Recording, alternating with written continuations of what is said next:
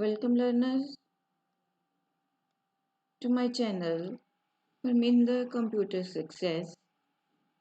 Dear learners, अगर आपने मेरा प्रीवियस वीडियो डिस्ट्रीब्यूटेड डेटाबेस के ऊपर देखा है तो आपने इसके फंक्शंस भी कर लिए होंगे। आज मैं आपको नेक्स्ट वीडियो में करवाने जा रही हूँ डिफरेंस या आप कह लो कि centralised versus non centralised databases. Centralised versus non centralised databases को करने से पहले मैं आपको डिफरेंस बताना चाहूँगी डिस्ट्रीब्यूटेड और सेंट्रलाइज्ड डेटाबेस का। So what is the difference? जो डिस्ट्रीब्यूटेड डेटाबेस है it is used to describe a set of databases stored on multiple computers।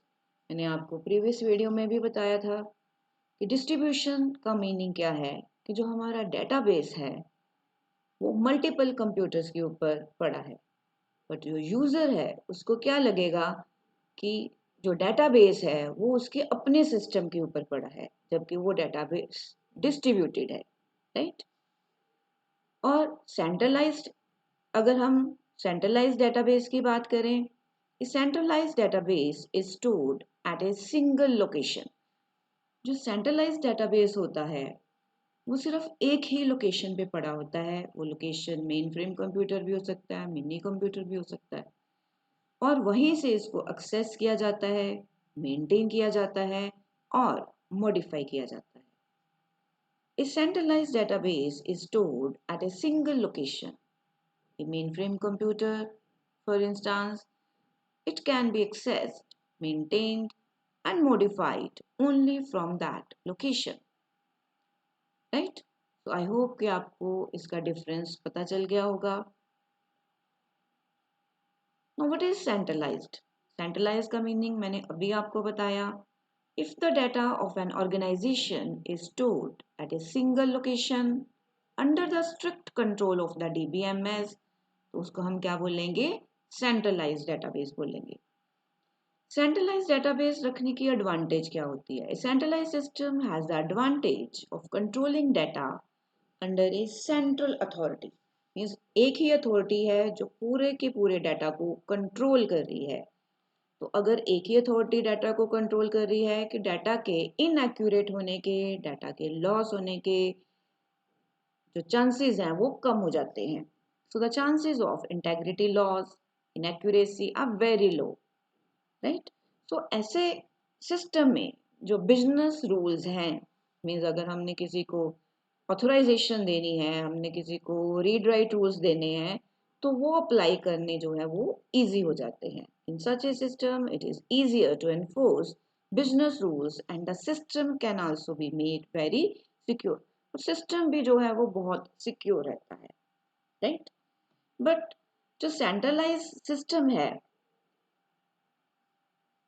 उसके एक डिसएडवांटेज भी क्या है कि वो एक ही जगह पे डेटाबेस पड़ा होना चाहिए। बट अगर कोई ऑर्गेनाइजेशन है जो जोग्राफिकली डिस्पर्स्ड है, मीन्स उसकी ब्रांचेस जो हैं अलग अलग सिटीज में हैं और वहाँ पे डाटा उन्होंने यूज़ करना है, डेटाबेस यूज़ करना है, तो उस सिचुएशन में हम सेंट्रलाइज्ड डेटाबेस को यूज़ नहीं कर सकते।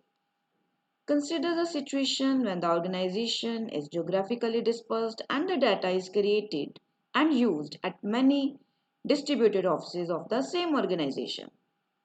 In such a case, centralized database may act as a bottleneck. इस केस में जो centralized database है वो एक bottleneck का काम करेगा, मीन्स एक प्रॉब्लम क्रिएट करेगा। क्यों? क्योंकि डाटा को एक्सेस करना एक ही साइट से बहुत मुश्किल है। Access to data has to be from the central site. The reliability and availability of such a system will not only be dependent on the centralized system, क्योंकि अलग अलग ब्रांचेस को डाटा अलग अलग टाइम पे अलग अलग पर्सन्स को चाहिए, तो वो सेंट्रलाइज सिस्टम के ऊपर अपने डिपेंडेंस नहीं रख सकते, क्योंकि डाटा जो है वो डिस्पर्स्ड है, अलग अलग साइट्स के ऊपर पड़ा है। डाटा का रिलायबल होना भी ज़रूरी है, डाटा की अवेलेबिलिटी भी ज़रूरी है। इट मीन्स कि वहाँ पे नेटवर्किंग होनी चाहिए, मीन्स कम्युनिकेशन लिंक्स होने चाहिए। तो अगर सेंट्रल सिस्टम यूज़ करेंगे तो ये कम्युनिकेशन लिंक्स जो हैं वो बहुत कॉस्टली बन जाएंगे। So load on the central system में also be very high if multiple transactions are going on. उस केस में हमें डाटा को डिस्ट्रीब्यूट करना पड़ेगा, मीन्स हमें उस टाइम पे डिस्ट्रीब्यूटेड डाटाबेस की ज़रूरत पड़ेगी। क्यों? क्योंकि डाटा की रिलायबिलिटी और अवेलेबिलिटी बहुत ज़रूरी है। बाकी तो डिपेंड ऑर्गेनाइजेशन के ऊपर करता है कि वो सेंट्रलाइज डाटाबेस या डिस्ट्रीब्यूटेड डाटाबेस जो है वो फॉलो करना चाहती है। So decision to maintain a centralised और non centralised data will depend entirely on the nature and the structure of an organization.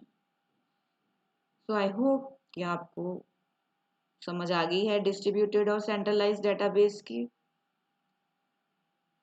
आपके कमेंट के थ्रू मेरे को पता चलेगा कि आपको ये वीडियो कितने हेल्पफुल है। Thanks a lot.